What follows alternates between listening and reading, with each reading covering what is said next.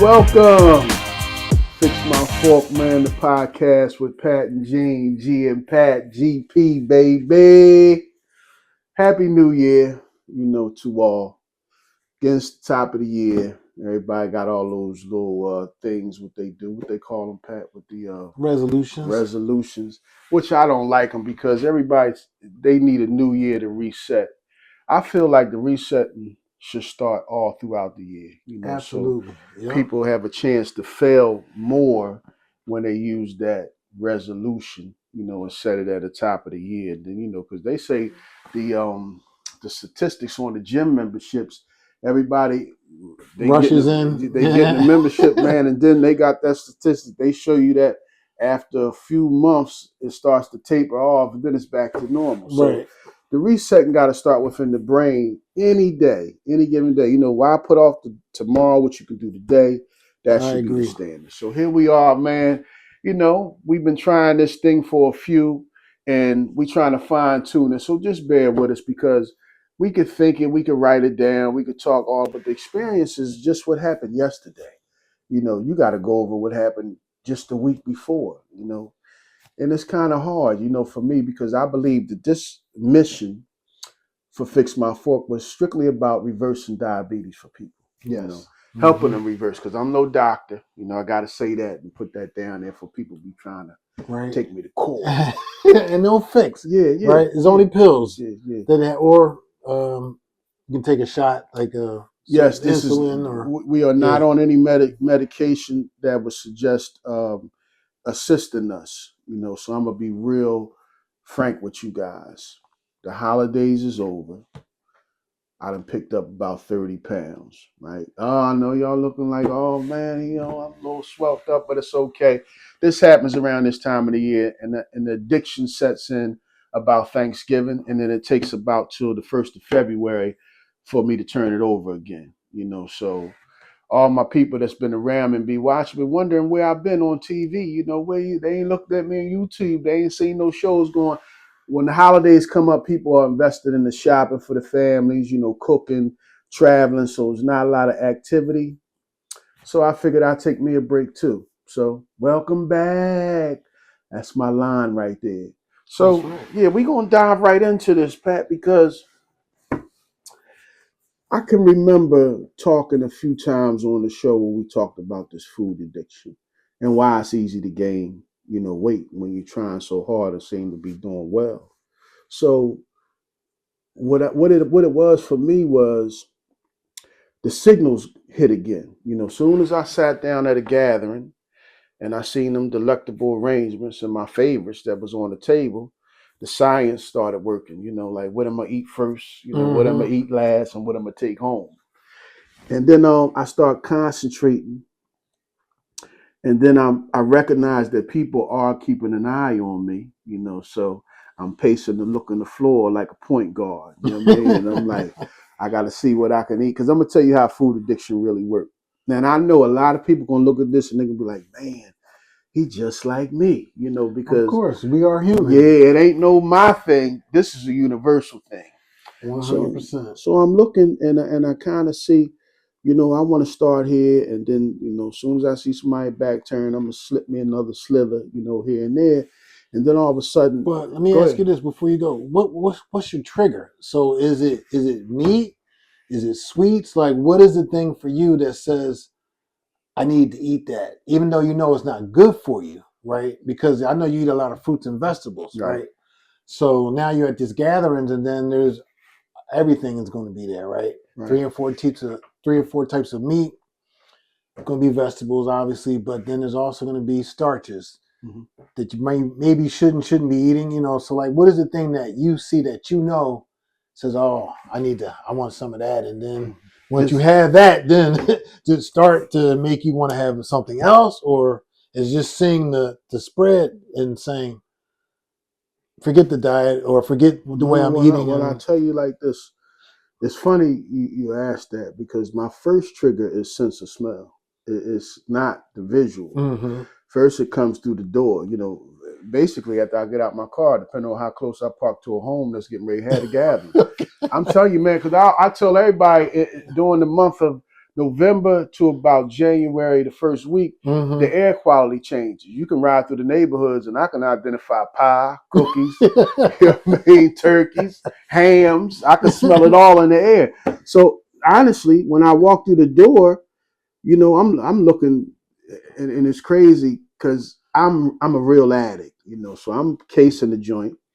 And I walk in, I can see the perspiration on the window, so I know if some cooking's going on. Yeah. And then you start smelling it, and I start trying to identify through smell what it is. And then when I see the visual, that's the next trigger. So that first trigger for me is the smell. And once I come in and because I like to know, I like to think that I can identify things through smell. Because if I didn't have a vision, what it be? A cake or some kind of meat cooking, definitely. Or at least sugar and spices. You can smell if you can't identify what it is. So I know it's something sweet and savory going on through the air quality. Right. So when I get in there, I peep the scene. I check it out.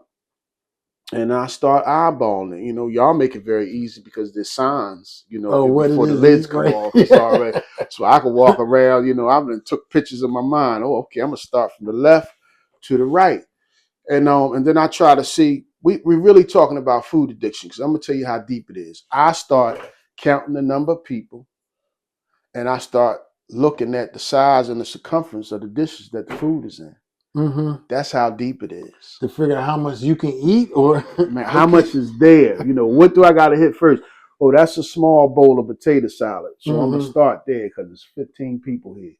It's a okay. And I'm getting real personal because let me tell you something. Fixing your fork is not as easy as just making a decision to. It's some serious things attached to that. And if we don't address those, no pill, no shot, no operation is going to be the cure, because we can see the amounts of people that have gotten these things and utilized these things, but over a period of time, there was some weight gain back. If not the weight that they lost, even additional weight. Because they didn't change the lifestyle. Right. You have to do that. That's very important. Yes. You have to modify your behavior. So because I know mine so well and I'm transparent to myself.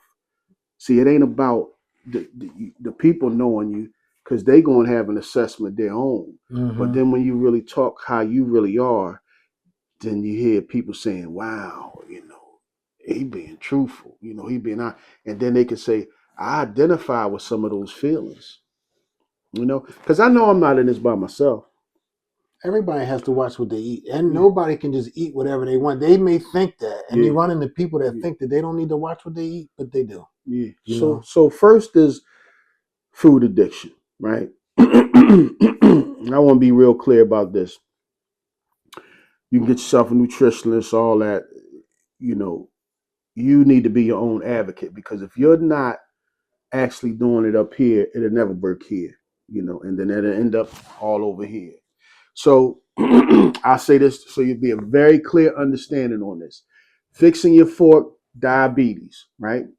So the foods that you eat, we talking about addressing the diabetes, right? So I'll go into the cause of diabetes, which we went over before, but I want to bring it up again. What define what diabetes is, and then moving into what can we do as far as monitoring it and knowing what our numbers are, and then the resources that are available to help people conquer this disease. And alongside diabetes, they got a couple friends: hypertension, high cholesterol, which is normally like the gateways of different diseases to enter the body once you start being malnutrition, eating improperly, and practicing these bad habits. But the diabetes, first and foremost, I do want to say, I know somebody out there knows, if they don't have the diabetes themselves, they know somebody in their family that has lost some limbs, that has lost some life, that has lost some vision, and other circumstances related to diabetes. So I started this thing out, what do I do? How do I make this show interesting, make it funny? And that's kind of like the period of time that I've been taking off. I realized that I was doing this maybe for the wrong reasons, because the goal was always to help people. Right. But Mhm. you get caught up in the social media and trying to become popular and trying to get some revenue for these things, right? So I said to myself, well, I need some followers, you know. So that's what I really want to address next, because we're going to take a very step by step playbook on this whole Fix My Fork journey. Because I want everybody to be very clear on what I'm passionate about. Then we'll get into your experiences, what I've been doing with you, you know, Mhm. helping coach you and assist you doing your transformation. And we'll get there. But first, I want to talk about that purpose driven. And we'll be right back. Just give us a few seconds on Fix My Fork, and we'll gather our thoughts and get yourself nice and comfortable. Sit down, grab a little tea, because we are spilling some tea without the tea. And we're going to talk to you, all right, in just a couple seconds. We'll be right back. We're back. Welcome. It's getting ready to get real deep. So get ready. So, Pat, man, listen, before we took the first break, I was talking about purpose driven, because I want to give clarity as to why Fix My Fork was even created, you know, and what our outlook is and our purpose driven. I was a diabetic for about 7 years, and I was on insulin, um, straight to insulin. I tried the metformin for a little bit, but it gave me diarrhea. So I called the doctor, and she said, well, you know, you don't have to take that. And they wanted me on the insulin because my diabetes was severe. And after reversing my diabetes through diet, no shot, like I said, I turned more into a vegan type of raw plant based lifestyle. But I stopped a lot of things. I don't think it was necessarily just that. I stopped a lot of the things that I was doing, you know, like drinking alcohol, you know, in abundance, Mhm. and just really didn't know, because sweets wasn't my thing. Alcohol seemed to be my thing then. You know, there's a lot of things that cause sugar, but people think it's just actual sugar, you know, not Right. and Not that not always cakes and right, pies and right, things like right. that. Right. Yeah. So purpose driven. I said, you know, I'm very creative. I'm a songwriter in my other profession, and I said I'm gonna come up with something, you know, to help people. Fix My Fork, you know, was created. So I got this YouTube channel, and I started posting things and being funny behind the camera, you know, which is my original personality. I'm a barber, you know, so Right. I know how to entertain, and I'm handsome, you know. But that get aside that. But I started saying I'm looking for likes and followers. And then every time you turn somebody on to the show and you got one follower or four or five, you kind of gauging it on, you know, are they going to take interest in it because I only got 5 followers, you know. So I Mhm. started worrying about and what can I do to be more creative and more entertaining, because the people will tell you you need to be, it needs to be informative or entertaining, you know. And I'm like, well, how do I make the You two to got make it both. interesting? Right. Man, Yeah. man, Yeah. bunk all that, right? Yeah. I'm like, this thing is serious. This diabetes ain't no game. Ain't no, when you go into no doctor's office and you get diagnosed, they ain't making it funny to lighten the blow. Absolutely You know, not. they telling you them numbers and they telling you them risk, and they scare you half to death. Right. You know, Yes, they so I'm do. like, and Mhm. I'm not trying to do that, but I'm trying to be approachable, you know, and I'm trying Mhm. to help. So I kind of use the principles of my spirituality to say that I'm only concerned about the one, you know, at that moment. And you became my first one. You know, that's how it started. It was like, I'm gonna do better than, because you know a lot of times you see those infomercials and you be like, man, this stuff, man, you know, you done bought all the vitamins and you done got everything. You like, man, this ain't real. And then I say, well, I'm real, you know, and I could tell a handful of people that's around me that know me, but I need more than that. I need one testimony, real life, real time.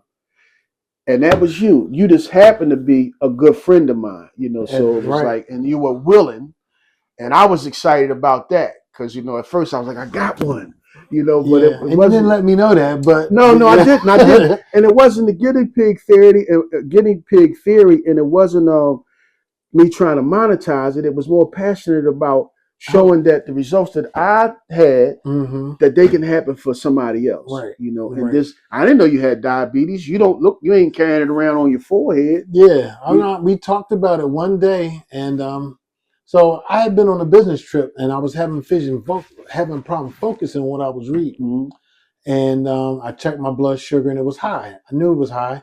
So I woke up the next morning. Obviously, it still was going to be high, but I said, okay, now I know where I'm starting at.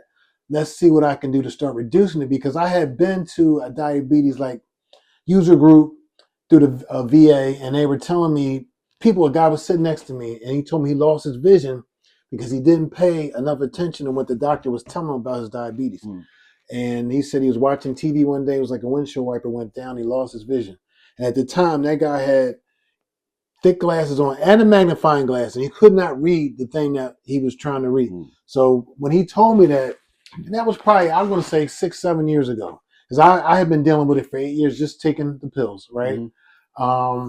But not really knowing that I could actually really do something to not be on pills, and I never got to insulin, but I just didn't know. I didn't have enough information, and this is not a knock on doctors, but they tell you to eat better, Mm-hmm. and they kind of just leave it at that. And you being a person that says, "Look, I had it, and this is what I did to reduce my dependency on the medicine Mm-hmm. and the shots," let me know that I can do it. But you told me it's going to be tough.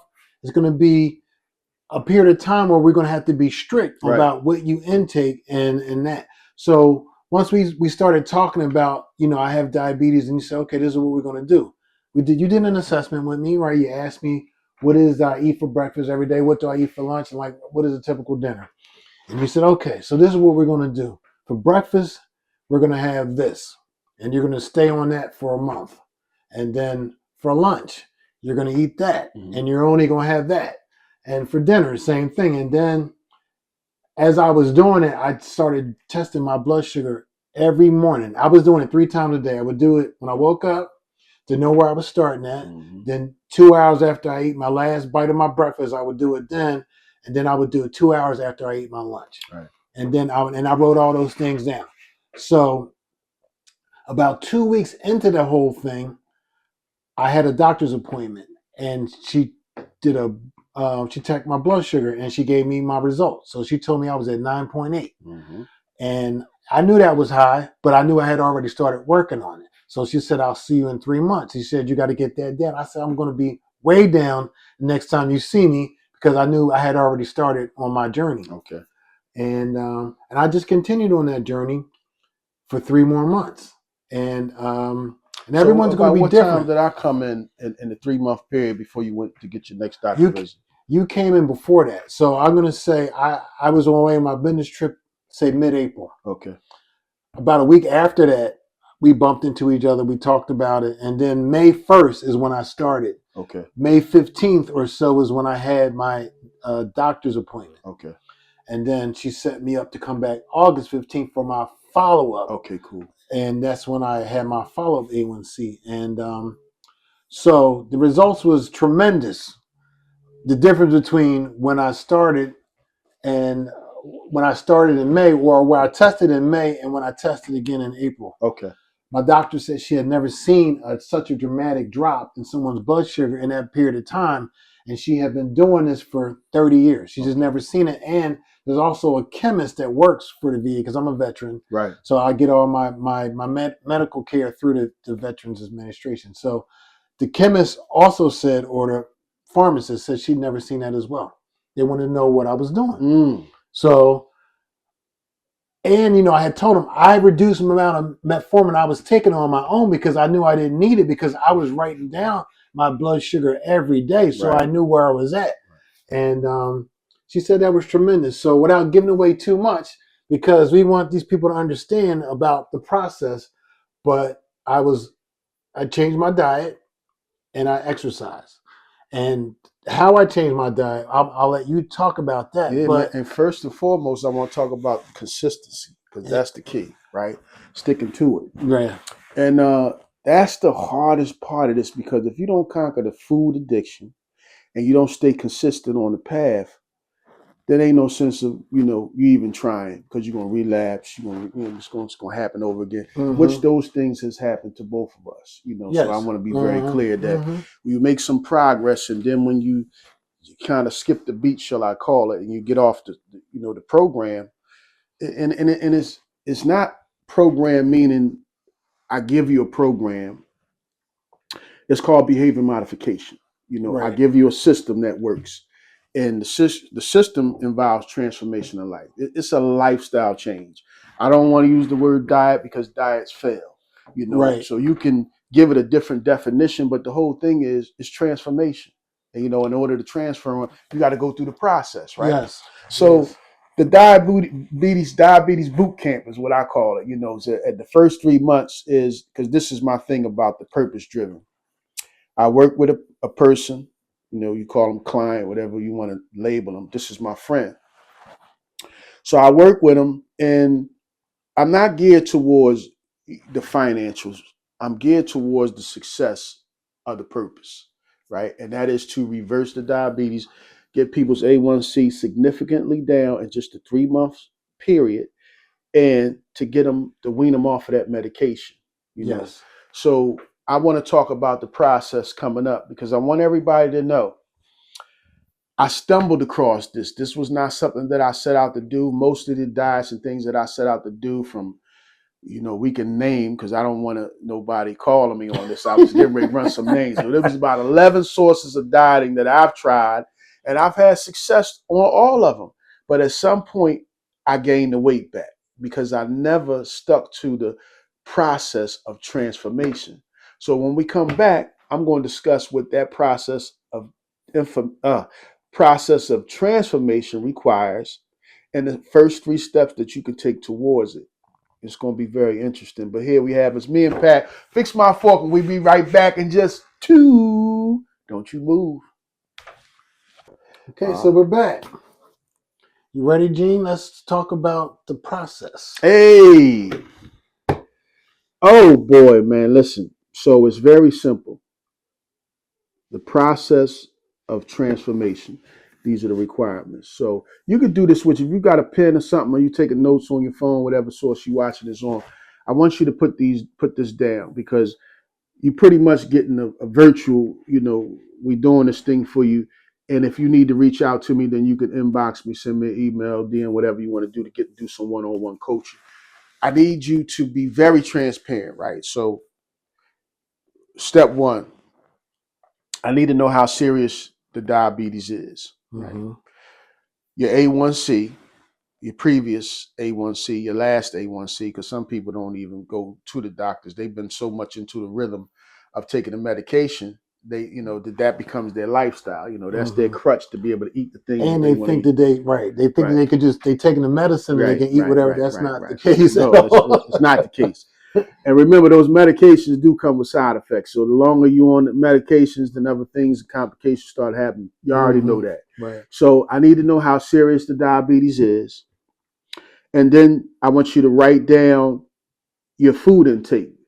Breakfast, lunch, dinner, every snack in between. You getting out of bed, going to the refrigerator. You sneaking a snack in the car, workplace, wherever, stopping at the store before you get home to your spouse, all of that. The fast food, everything. Don't leave nothing out because in order to transform you, I have to know everything, right? And then thirdly is I want you to look in the mirror, and say to yourself that you're ready. You have to be ready and willing, Yes. and because don't waste my time. I do this service here, I do the assessment, and we figure out the diabetes, how much medication you're on, what type of medication you're on. And then I tell you, I'm not a doctor, and I tell you that you must consult with your doctor. But I want you to be very clear about this.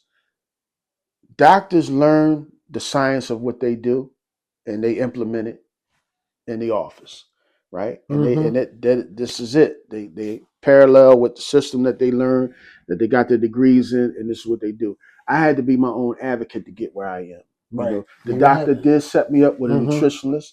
The nutritionist told me about portion control. She told me about timed eating, and I followed those regimens that I was given instruction on. And that was the basis of me controlling. See that word right there? Controlling the diabetes, but it wasn't the reversal process, the transformation. So I just became overly interested. 7 years of pumping yourself with insulin, that's a needle, man, that you got to give yourself every day. Some people got to take it 2, 3 times a day, Mm. depending on how severe your diabetes is. And the first week, I was like, okay, and then all of a sudden it wasn't no thing. I can poke myself here, poke myself in the leg, Hmm. and I had to learn that whole thing about poking yourself in the same areas, because diabetes controlling it is complicated. And I felt that because my diabetes was controlled, I reached a spot where I was just fine with that. But again, the transformation process requires you being your own advocate. I will provide to you the list of things. And if you look in the mirror and you tell yourself that you're ready, you're going to already do these things. I'm just going to make it easier for you because I've done them. Right. You might find some information because I'm not, you know, I don't block out somebody else telling me because a lot of my information I got from watching TikTok and YouTube and Instagram.